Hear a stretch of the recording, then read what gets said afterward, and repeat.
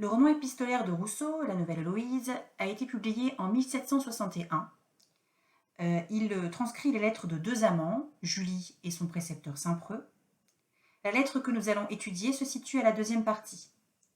Dans la première partie, le précepteur a avoué son amour à son élève. Elle a lutté contre cet amour en vain. Et nous assistons à un premier exil de Saint-Preux, après la lettre 14 de la première partie, le baiser dans le bosquet. Et ici, nous avons un deuxième exil, à Paris, suite à la nuit inconcevable. Les lettres parisiennes sont les lettres 14 à 27 de la deuxième partie. En deuxième partie, en fait, on assiste à la fuite de Saint-Preux, qui doit s'éloigner donc de Julie et qui va vivre un abattement complet dans les premières lettres de cette deuxième partie. Il va ensuite se ressaisir à Paris et donc va se fondre à cette vie parisienne, tout en essayant de ne pas ressembler à ces Parisiens qu'il dénigre, mais il va finir par se laisser contaminer dans ses lettres. Cette lettre est encadrée par la lettre 16, dans laquelle on voit déjà que Saint-Preux est en train de se laisser contaminer, puisqu'il dit « Ne suis-je pas à présent moi-même un habitant de Paris ?» Et la lettre 18, une lettre de Julie qui est ironique, comme la plupart des lettres de cette partie, puisqu'elle se rend bien compte que Saint-Preux est en train de s'éloigner d'elle. Et la lettre 18, donc, où elle oppose le spectacle sincère du mariage de Claire avec Monsieur d'Orbe à ce spectacle artificiel auquel assiste Saint-Preux. Cette partie des lettres parisiennes va se conclure par la lettre 26, dans laquelle Saint-Preux avoue à Julie qu'il a couché avec une courtisane. Cet aveu est en fait l'aboutissement d'une dégradation de la personne de l'amant dans la société parisienne. Nous pourrions dire que cette lettre est bâtie selon un plan. Tout d'abord une petite introduction. Ensuite, Saint-Preux se défend et s'explique sur le fait d'être en train de devenir un homme du monde. Il y a toute une partie où il dépeint la vie dans la société parisienne. Une partie qui comporte une critique du théâtre. Et une conclusion sur les différents points abordés et sur son amour pour Julie.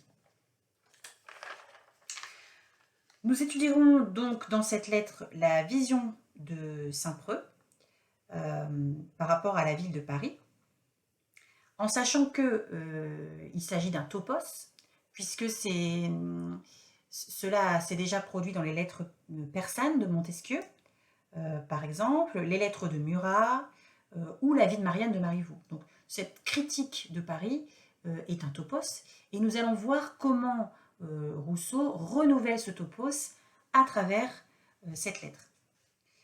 Et puis, nous verrons aussi que cette vision est partagée par Rousseau et comment Rousseau défend ses propres thèses dans cette lettre. Donc, en premier lieu, Saint-Preux critique la ville et ses habitants. En second lieu, il est contaminé par cette vie. Et enfin, Saint-Preux défend les thèses de Rousseau à travers ses propos. Alors tout d'abord, Paris, c'est une ville agitée. On voit tout de suite que Saint-Preux est plongé dans le torrent. Il le dit, enfin me voilà tout à fait dans le torrent, c'est la première phrase de la lettre. On voit ici avec le présentatif qu'il subit la situation. Je passe ma journée entière dans le monde, je prête mes oreilles et mes yeux à tout ce qui les frappe. On voit ici que tous les sens sont agressés, tous les sens, non, la vue et l'ouïe. L'ouïe avec le bruit, la vie bruyante, et les yeux avec les mouvements, la diversité d'objets, tout change à chaque instant, et la note nous signale que cela fait penser aux lettres persanes de Montesquieu. Dans un chiasme aussi, Saint-Preux énonce cette agitation. Je n'ai le temps d'être ému de rien, ni celui de rien examiner. Et dans une hyperbole, avec les 1000 beautés chimériques, Et ce passage donc, se termine avec le mot chaos à la page 296 dans le premier paragraphe. Ils s'effacent mutuellement avec rapidité et il ne lui reste du tout que des impressions confuses qui ressemblent au chaos. Donc là, on est au paroxysme de la vie foisonnante. Hein. Et on retrouve aussi cette idée à la fin de la lettre, ce qui peut nous faire penser que la lettre est un peu construite comme une boucle, puisque Saint-Preux en reparle, page 308. Cependant, je commence à sentir l'ivresse où cette vie agitée et tumultueuse plonge ceux qui la mènent, et je tombe dans un étourdissement semblable à celui d'un homme aux yeux duquel on fait passer rapidement une multitude d'objets. Donc, dans ce passage, on voit bien qu'il y a une opposition entre tout et rien. Tout se trouve à Paris, et pourtant, Saint-Preux n'est ému par rien. Ensuite, on a une critique de la mondanité et des salons. Tout d'abord, la petitesse des personnes qui occupent ces salons. Je suis réduit à m'abaisser pour m'instruire et tâcher de me rendre un homme amusant. L'individualisme aussi de ces salons, garder le secret de chaque société. L'isotopie du vice, fausseté, bassesse, oisif. L'isotopie de l'artifice, prendre les manières, art de plaire. Et un cumul de conditions pour montrer que il faut se comporter d'une certaine manière pour vivre dans ces sociétés. S'il se comporte honnêtement envers chacun, s'il ne donne à certaines femmes ni exclusion ni préférence, s'il garde le secret de chaque société où il est reçu, s'il n'étale point les ridicules d'une maison dans une autre, s'il évite les confidences, s'il se refuse aux tracasseries, s'il garde partout une certaine dignité, il pourra voir paisiblement le monde, conserver ses mœurs, sa probité, sa franchise même, pourvu qu'elle vienne d'un esprit de liberté et non d'un esprit de parti. Cette société est fermée. On assiste à des soupers priés, il y a des secrets, des mystères, la porte est fermée. Et cette société est, comme je l'ai déjà dit, hein, la société du vice, avec cet intensif. Tellement de vices à Paris qu'on ne médit plus. Que reste-t-il à blâmer où la vertu n'est plus estimée? Dans une question rhétorique à laquelle Saint-Preux répond, puisqu'il ne reste rien à blâmer. Donc c'est une société d'élite, avec des liaisons secrètes, où les gens passent leur temps à médire les uns sur les autres, comme on peut le voir dans l'hyperbole, sans y faire intervenir la moitié de Paris, et la synecdoque, comme si leur cœur n'avait rien à se dire, et la comparaison.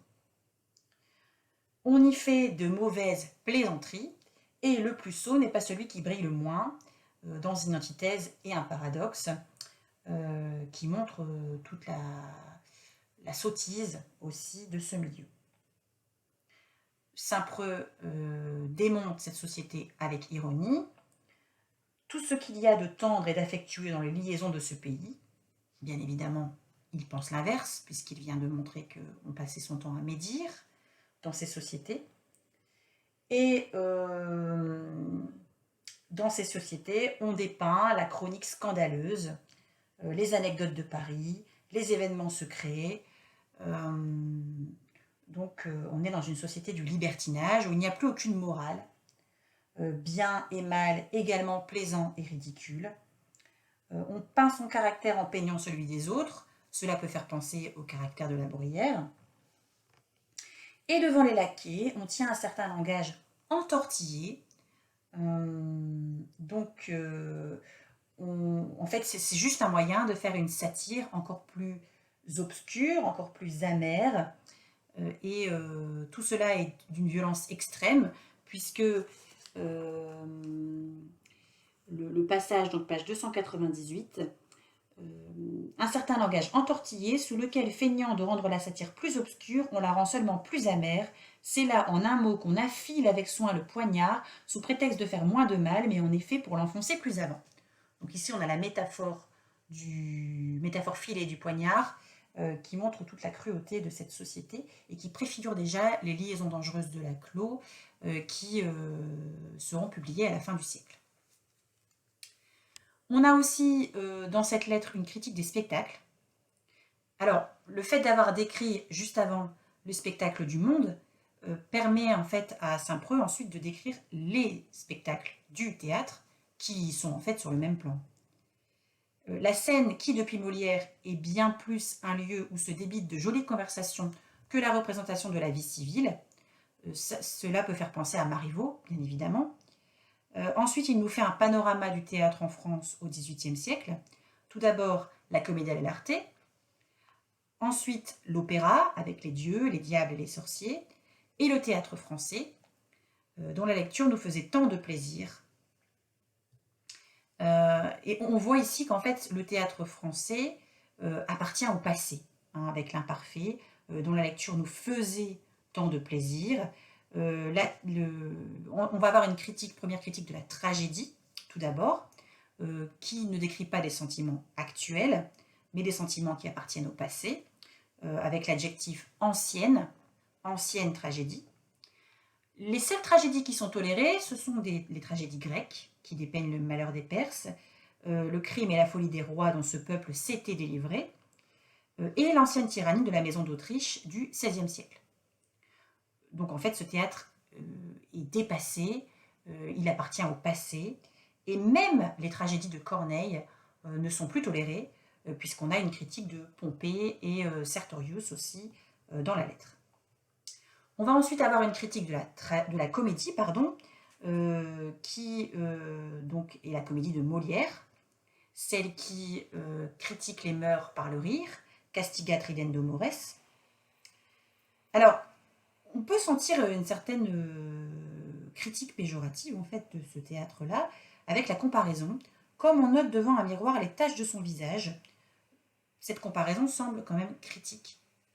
Mais en fait, ce n'est pas le théâtre de Molière à proprement parler que Rousseau critique, c'est plutôt le fait qu'il soit encore sur scène alors qu'on est dans une autre société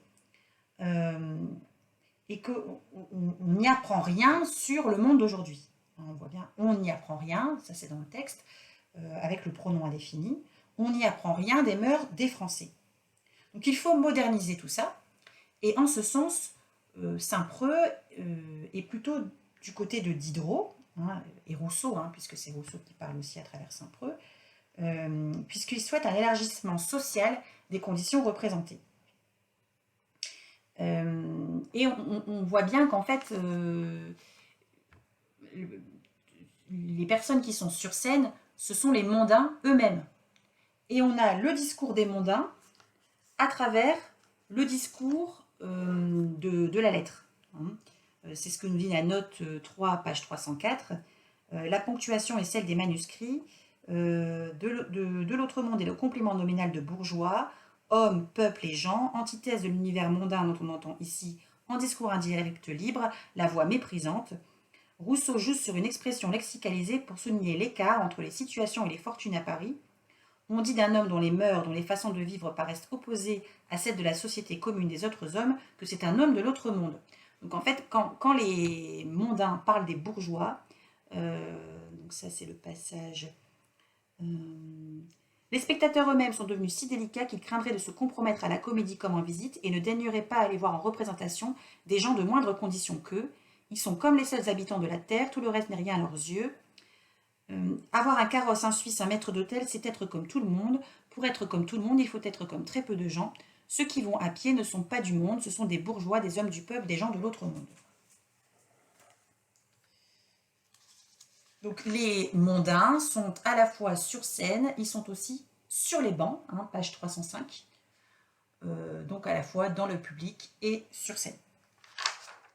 Ce théâtre ne s'adresse pas au public bourgeois, au public qui est en majeure partie représenté dans la population, et c'est ce que déplore Rousseau. Donc on voit ici que Saint-Preux a émis beaucoup de jugements de valeur sur cette société dans laquelle il vit. Pourtant, il est en train de se laisser contaminer, déjà depuis quelques lettres, hein, déjà depuis la lettre 14, par cette société, et on peut le voir donc par de nombreux indices du texte. Saint-Preux doit devenir ce qu'il déteste. Il va faire toute une argumentation, en première partie, envers Julie, pour justifier le fait de participer à cette vie. Dans une interrogative indirecte, il se demande ce qu'il doit faire. Bon, en fait, il sait très bien déjà à ce moment-là ce qu'il va faire. Je ne sais pas même quelle place il faut occuper pour le bien connaître. Il énonce un premier argument. Le philosophe en est trop loin, l'homme du monde en est trop près. On peut se demander où se situe Saint-Preux dans ce parallélisme. Saint-Preux est un philosophe. Donc, il devrait en être trop loin.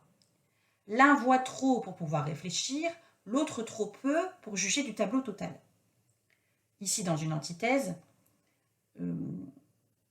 donc il ne faut être ni philosophe, ni homme du monde. Et ensuite, on a un cumul de négations pour montrer l'impossibilité du philosophe. Des antithèses entre tout et rien, des verbes de capacité niés, ou des restrictives, comme par exemple la mobilité des objets ne lui permet que de les apercevoir et non de les observer. Il énonce un deuxième argument, et c'est à ce moment-là qu'il commence à parler avec le pronom personnel de la troisième personne on, qu'on pourrait plutôt qualifier de pronom de la non-personne, et dans lequel tantôt il s'inclut, tantôt il s'exclut. On ne peut pas non plus voir et méditer alternativement.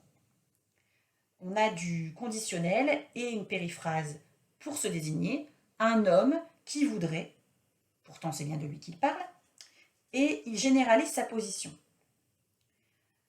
Dans un parallélisme, il montre qu'il n'est bien nulle part, qu'il n'arrive plus à trouver sa place,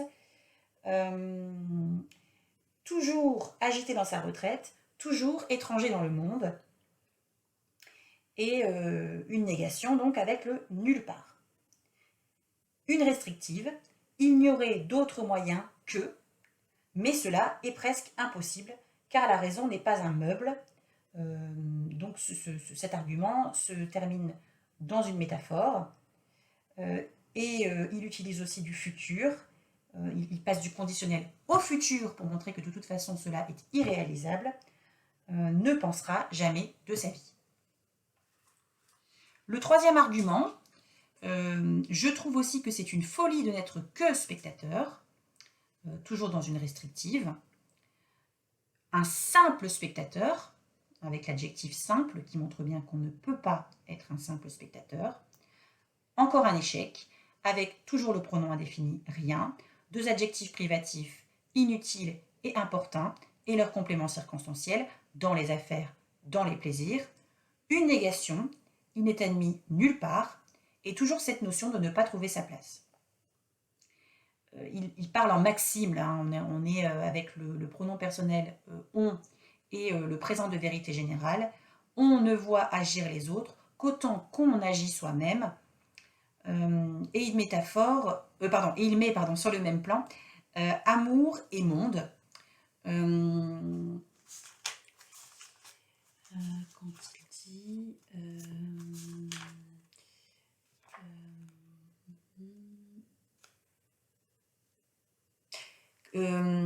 dans l'école du monde comme dans celle de l'amour, il faut commencer par pratiquer ce qu'on veut apprendre.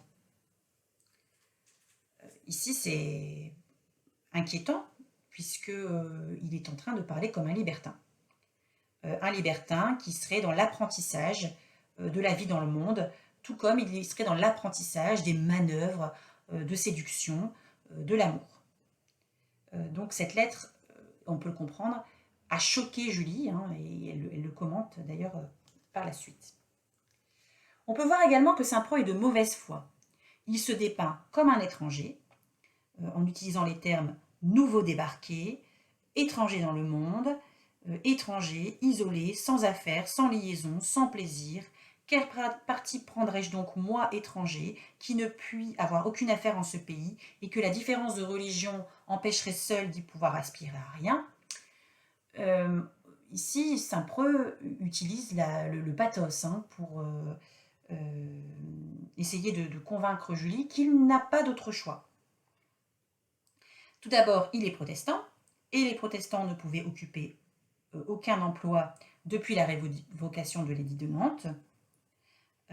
Et donc, il est obligé de s'abaisser avec deux verbes qui montrent cette réduction. Je suis réduit à m'abaisser.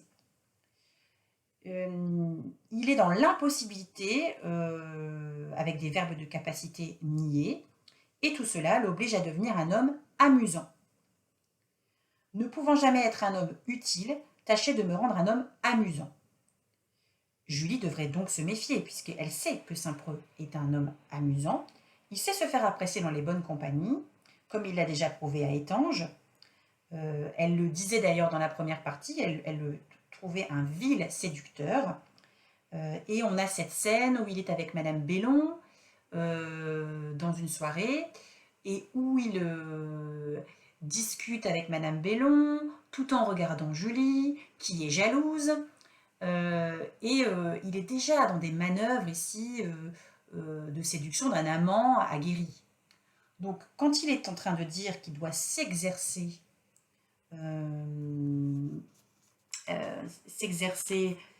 à devenir un séducteur, c'est faux, parce qu'il sait déjà le faire. Il prétend ne pas adopter les vices de ces sociétés, mais se contredit ensuite. Tout homme oisif qui veut voir le monde doit au moins en prendre les manières. Et en fait, l'homme oisif, tout homme oisif, même si ici on est dans une périphrase, encore une fois, à la troisième personne du singulier, on voit bien que cet homme oisif, c'est lui, puisque c'est lui qui ne peut pas occuper d'emploi parce qu'il est protestant. Il utilise de ce fait plusieurs pare-feux. Tout d'abord, tout à coup, cela devient un avantage d'être un homme étranger. On ne lui en demande pas davantage, surtout s'il est étranger, avec un brouillage du pronom personnel on, dans lequel il s'inclut et tantôt il s'exclut. Il peut se dispenser de prendre part aux cabales, aux intrigues, aux démêlés, dans un rythme ternaire qui ne contient en fin de compte que des synonymes. Il parle tantôt à la troisième personne avec il, tantôt avec on, et nous avons les 7 conditions dont nous avons déjà parlé précédemment dans un hyposeux qui forme même une conglobation.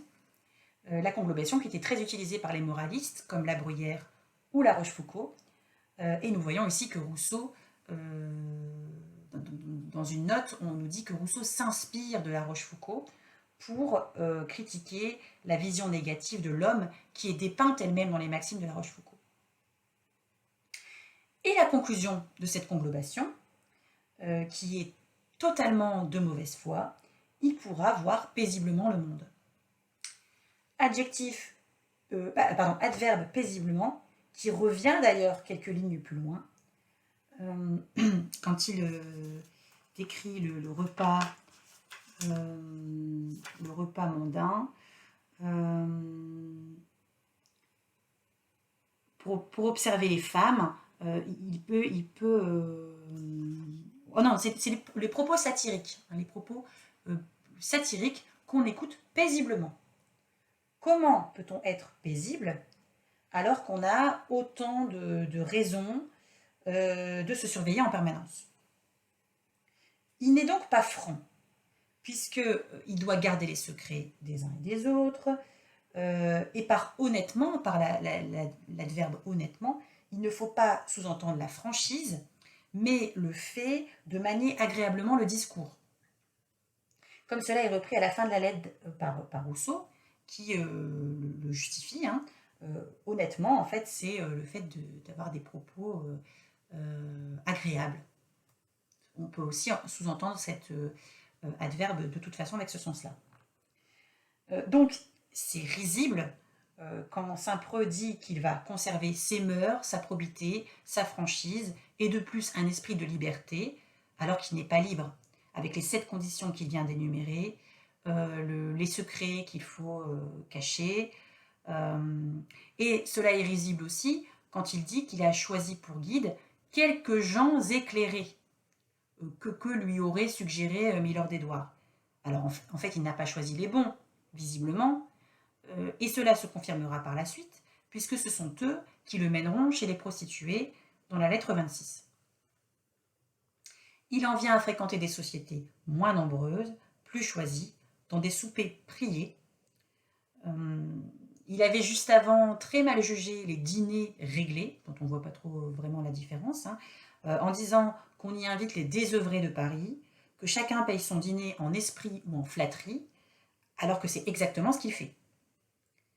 Il a déjà changé de personnalité, puisqu'il se croit supérieur à ces dîners réglés, en étant admis au souper prié, où la sélection des invités serait plus drastique. Des gens qui conviennent les uns aux autres, qui conviennent à ceux qui les reçoivent. Et donc, il ressent une certaine fierté d'être accepté dans ces sociétés. Il se permet d'étudier les femmes, ce que Julie lui reprochera d'ailleurs à la lettre 29, puisqu'il va démonter avec une très très grande misogynie les femmes dans la lettre 21, la lettre sur les Parisiennes. Et on voit déjà dans la lettre 17 qu'il se permet d'observer, d'étudier les femmes. Il devient lui-même imitateur de cette société. Je juge et raisonne comme j'entends juger et raisonner tout le monde. Donc lui aussi est en train de devenir une marionnette. Les marionnettes qu'il critiquait lui-même dans ce passage. Enfin, on peut voir qu'il s'éloigne de Julie. Tout d'abord, il a fini son recueil, il le dit au début de la lettre. En fait, il avait commencé à recopier tous les soirs les lettres de Julie pour être en communion avec elle-même par l'écriture. Et il ne parle quasiment plus de Julie dans cette lettre. Il y a seulement 3 apostrophes et 3 mentions aux souvenirs passés ensemble, c'est peu. Cette lettre n'est pas une lettre d'amour, c'est une lettre philosophique. Et il n'a plus le temps de penser à elle. Au début de la partie, sur les lettres parisiennes, il disait qu'il passait ses journées dans le monde et ses soirées avec elle, en communion. Mais désormais, il n'a plus le temps. Il assiste à des soupers priés, il va au théâtre, et même dans sa solitude, il le dit, il est agité, et il n'a plus le recueil pour communiquer avec l'âme de Julie. C'est pour cette raison qu'elle lui enverra le portrait, son portrait, mais cela va aussi être un échec, puisqu'il va essayer de modifier ce portrait pour le rendre encore plus artificiel. À la fin de la lettre, il prétend penser à Julie, mais seulement dans un paragraphe, c'est peu par rapport à la longueur de la lettre. Et en plus, dans ce dernier paragraphe, il ment, parce que juste avant, il a dit que le divin modèle défiguré que je porte au-dedans de moi. Le divin modèle défiguré, c'est Julie. Donc c'est grave. Il n'arrive même plus à la voir, alors que dans le Valais, il arrivait encore à communiquer avec elle. Mais là, il est totalement happé par le libertinage. Il dit « Je flotte de caprice en caprice. Je ne sais même plus... je ne peux plus être sûr de ce que j'aimerais le lendemain, au point d'en oublier quelques instants ce que je suis et à qui je suis. » Donc il ne sait même plus s'il l'aime. Il va utiliser une énumération d'adjectifs dégradants pour parler de lui, confus, humilié, consterné, de sentir dégrader en moi la nature de l'homme. Donc la vie parisienne l'a complètement dégradé et a dégradé l'image de Julie qu'il portait en lui. Comme on sait que les amants sont en parfaite communion, normalement, quand l'un se dégrade, l'autre se dégrade également. Et Julie l'avait rappelé d'ailleurs au début de la deuxième partie, lorsqu'elle lui disait que le fait qu'il soit sombré dans une dépression faisait qu'elle aussi se dégradait par ce biais. Alors qu'il prétendait s'être ressaisi, en fait là, toujours pas, puisque il y a une nouvelle dégradation qui est en train de se produire, dans la dégradation de sa personne. Il est toujours aussi humilié, consterné, etc. Donc on n'a pas beaucoup avancé par rapport au début de la deuxième partie. Alors, il énonce que quand il rentre chez lui, il retrouverait ses sentiments premiers. Alors déjà, il ne rentre plus beaucoup chez lui, vu qu'il assiste à de nombreux soupers. Et alors, il a bien montré aussi au début de la lettre qu'on ne pouvait pas séparer l'homme du monde de l'amant, enfin du philosophe, mais aussi de l'amant, hein, par la même occasion, puisque lui-même est un philosophe. Et nous avons dans le dernier paragraphe le seul passage lyrique de la lettre, avec les apostrophes, ô amour, ô Julie, et les sentiments purs dans une cascade d'exclamatives. Il prétend qu'il la voit briller dans tout son éclat, alors qu'il vient de dire qu'elle était défigurée, et qu'elle est assise sur un trône de gloire, telle une déesse, mais il en doute, puisque juste après, il utilise le verbe croire. Je crois avoir. Donc, on ne peut pas croire avec Julie à la conclusion de cette lettre, qui est totalement en opposition avec tout ce qui a été dit auparavant.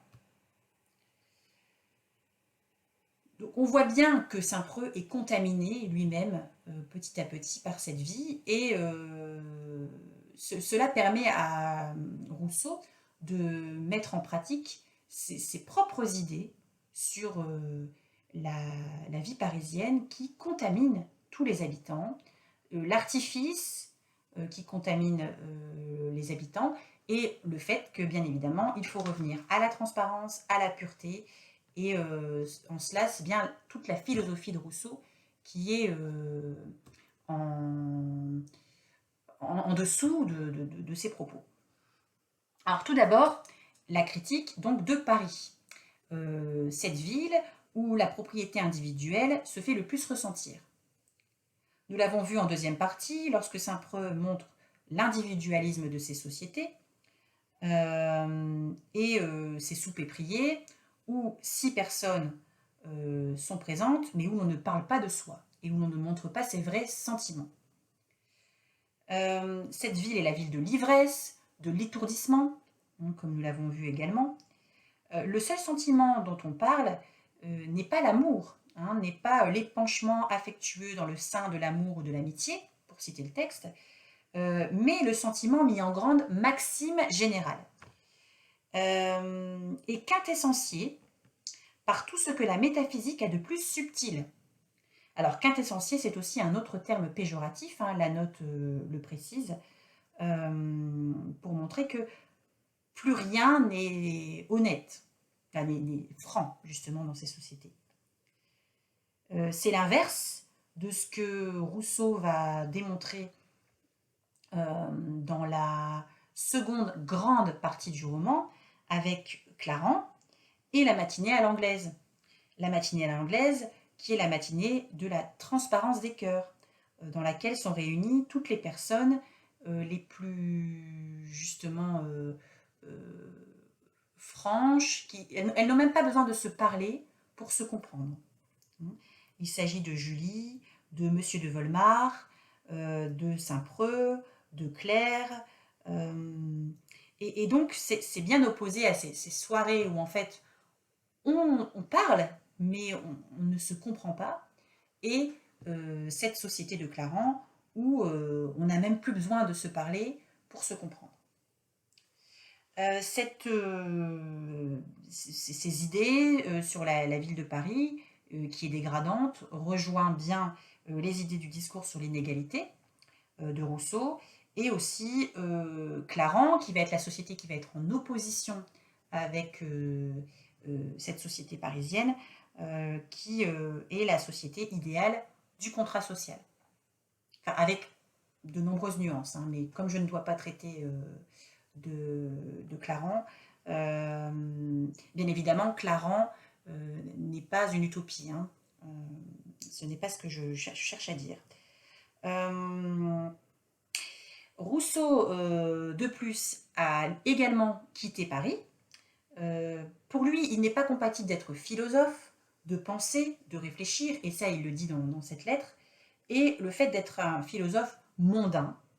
Donc c'est pour cette raison qu'il va se retirer à la campagne pour écrire la Nouvelle Héloïse, à Montmorency, dans le château de l'Ermitage. C'est là qu'il va commencer à écrire la Nouvelle Héloïse en 1756.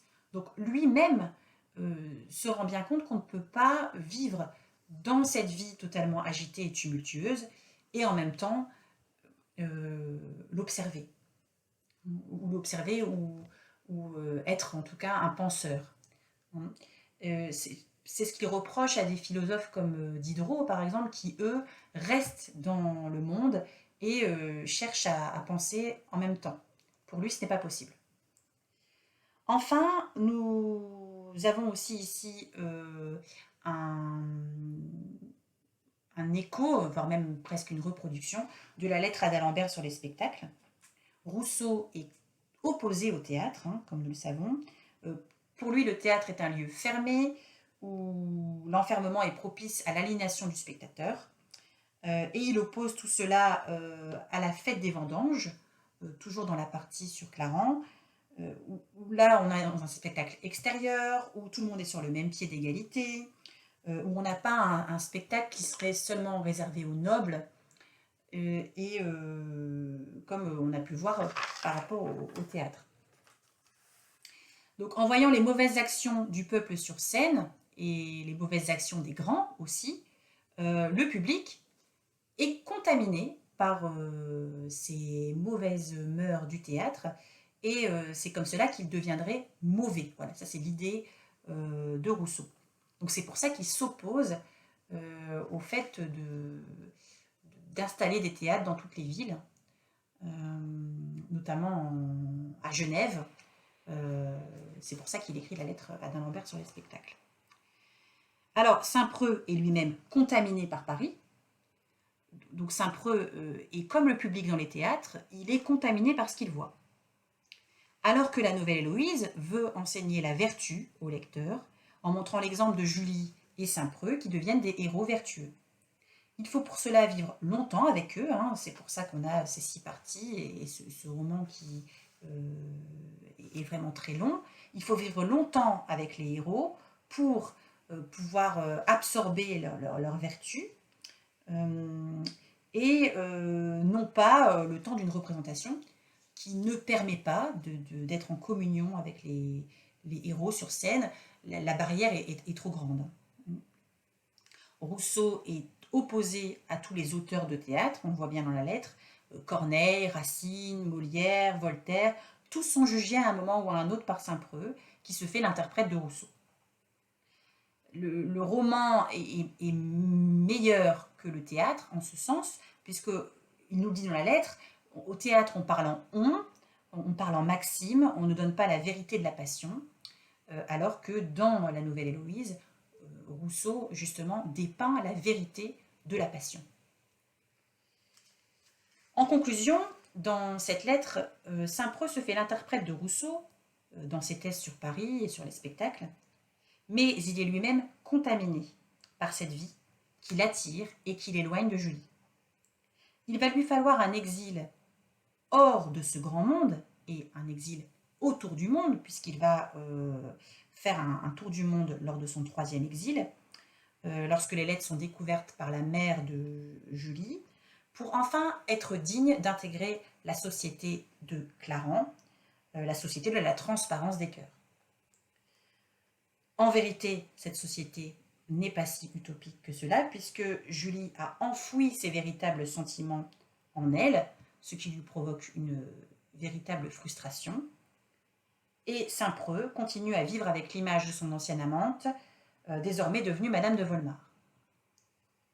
Donc, cela nous montre bien que les personnages de la nouvelle Héloïse sont des personnages qui sont sans cesse en lutte pour atteindre la vertu. Cette lettre, ces lettres parisiennes vont être un élément déclencheur pour Saint-Preux et vont lui permettre de revenir à ses premiers amours et de retrouver sa vertu. Merci de m'avoir écouté.